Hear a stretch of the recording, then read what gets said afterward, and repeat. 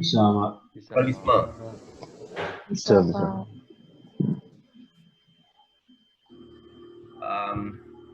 Konsep dualisme ini saya kok melihat kalian ini kok nggak ada layarnya semua ya, kemana ya? Dan kok di mute semua gimana? Perlu bangun, Pak. Gak sempet cuci muka. Tunjukin dah, Pak. Iya dong, supaya bisa tanya semua dong. Oke, Pak. Kalian login terus kemudian tidur lagi kan susah gua.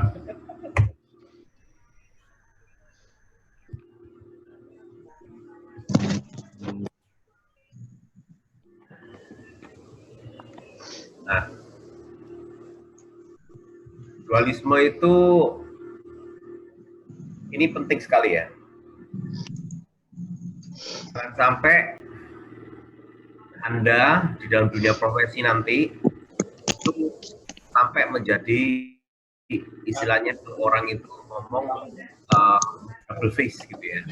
Jadi kalau ketemu sama si A, dia akan bersikap begini, kalau ketemu sama si B, dia akan bersikap berbeda. Itu kasus yang sama. Nah, ini adalah hal yang dikenal di dalam etika profesi sebagai perilaku dualisme. Dualisme itu sebenarnya akarnya agak dalam. Dalam, yaitu sebenarnya itu adalah dari faktor kemunafikan manusia. Misalnya yang paling gampang ya, yang paling sering dibuat joke oleh orang-orang Kristen itu adalah kalau Minggu itu bohongin Tuhan. Kalau Senin sampai Sabtu itu bohongin manusia. Nah, jadi satu manusia itu kalau di tempat ibadah akan berperilaku bagaikan malaikat, tapi kalau sudah kembali ke dunia maka perilakunya bagaikan setan. Itu adalah orang mengatakan kemunafikan. Artinya kalau sungguh-sungguh dipikir ada faktor yang sangat sebenarnya sangat tidak baik. Tidak baik itu bagi diri Anda sendiri sebenarnya. Nah, ini ya teman-teman ya. Manusia itu ya seringkali di dunia ini kita melihat pribadi itu yang fragmented ya. Jadi seharusnya manusia itu cuma satu. Pribadi manusia itu satu. Tetapi karena dia tidak memanage baik-baik ya, pola pikirnya dia dan pola hatinya dia, maka tanpa dia sadari dia mulai melakukan perbedaan. Jadi dia bersikap di gereja misalnya itu seperti demikian, kalau bersikap di keluarga seperti demikian, kalau bersikap di tempat kerja demikian.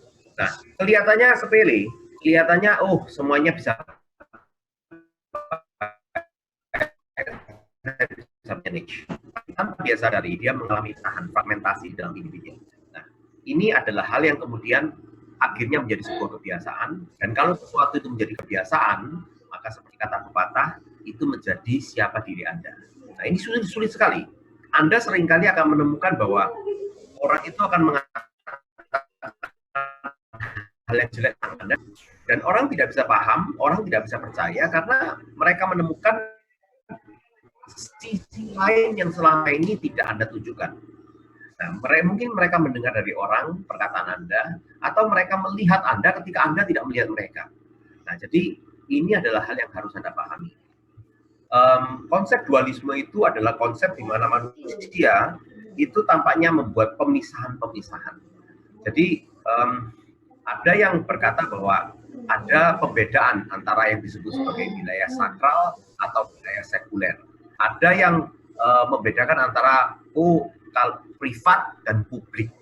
Ada yang membedakan antara masalah hati dan masalah orang.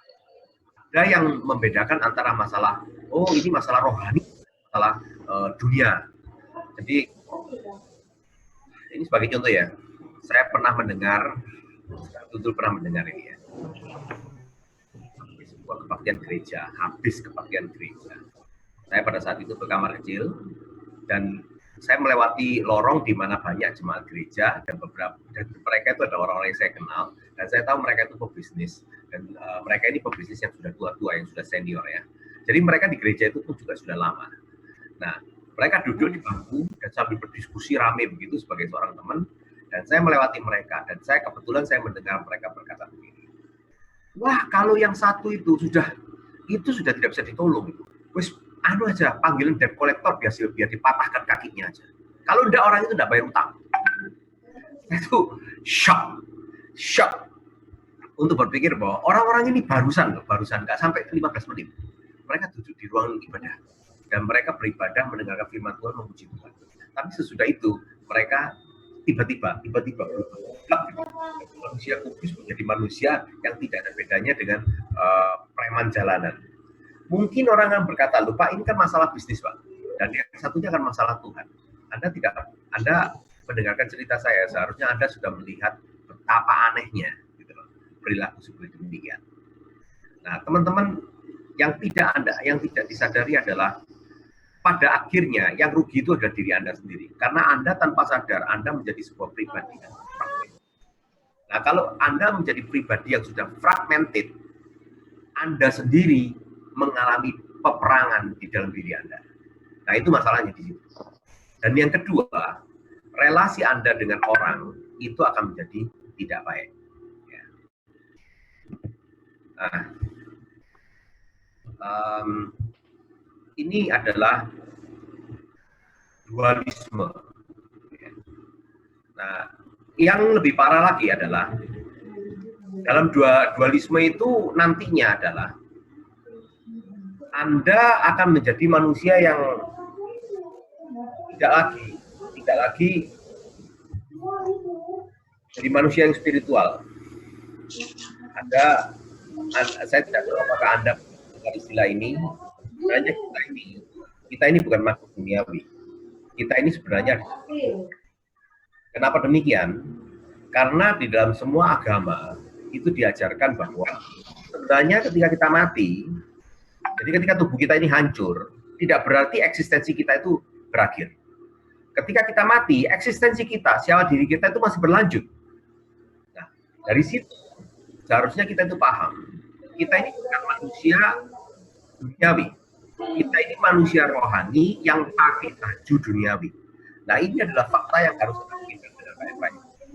Kalau Anda menipu diri Anda sendiri di dalam konteks masa hidup yang singkat, bagaimana Anda bisa tidak menipu diri Anda sendiri di dalam konteks hidup berkala? Nah, di sini adalah hal yang seringkali tidak terpikirkan, ya. Nah, akibatnya orang-orang itu bisa melihat bahwa di dalam konsep manusia di dunia, bahwa sebenarnya iman itu tidak ada. Itu di dalam textbooknya Etika Profesi ini dikatakan itu adalah matinya iman di dalam publik, dan bahkan pada titik terakhir kita menemukan bahwa orang itu dunia itu tanpa iman. Salah satu contoh saya yang kalau di Indonesia yang seringkali menarik perhatian saya, seorang filosof saya itu berpikir gini, bagaimana orang beriman tidak beriman? Kalau ada orang agama lain bangun rumah ibadah, mereka stres.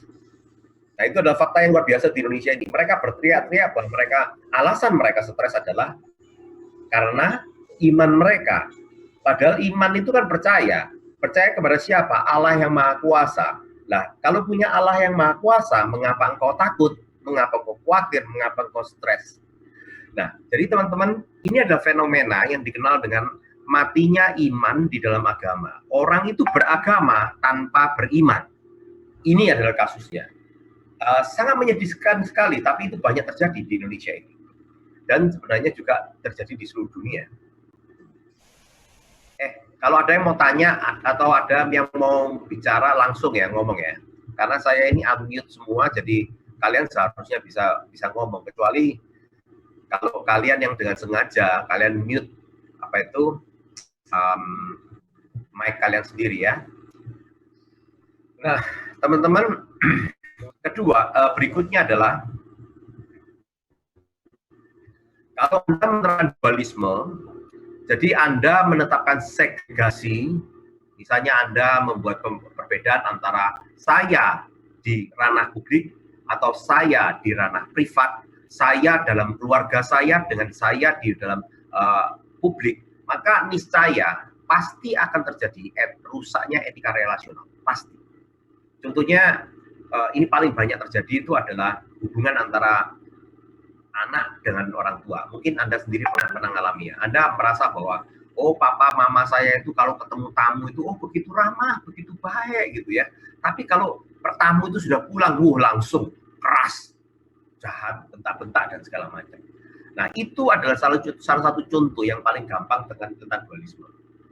Nah, Anda kalau tidak berhati-hati, Anda menerapkan ini, itu akan terjadi. Bahkan dalam relasi diri Anda sendiri dengan orang-orang yang paling dekat. Dan kemudian juga relasi diri Anda dengan orang-orang yang lain, di tetangga, dengan bisnis, dan segala macam. Dan berikutnya adalah, kalau sudah etika relasional sudah rusak, maka bisa juga terjadi akan rusaknya etika lingkungan hidup. Karena Anda gagal menerapkan perspektif yang diajarkan oleh agama, maka Anda mulai melihat hidup itu hanya sekotak demi sekotak demi sekotak demi sekotak. Anda gagal untuk melihat bahwa keberadaan Anda dalam dunia ini itu punya dampak yang sampai kemana-mana. Jadi keputusan Anda sesederhana misalnya penggunaan tisu, ya, penggunaan tisu sesederhana aja, penggunaan tisu itu yang tidak dipikirkan dengan seksama itu bisa membawa konsekuensi kerusakan ekologi. Kenapa? Karena tisu itu dibuat dari pohon. Jadi setiap lembar tisu Anda itu Anda yakin pasti ada pohon di depan. Nah itu apakah dipikirkan? Penggunaan plastik. Kita tidak pernah memikirkan penggunaan plastik. Sampai sekarang kita diberitahu oleh para ilmuwan bahwa plastik yang terbuang dan terkumpul di lautan itu sampai sedemikian besarnya sehingga itu sudah membentuk pulau-pulau dan dibutuhkan pekerjaan yang sangat besar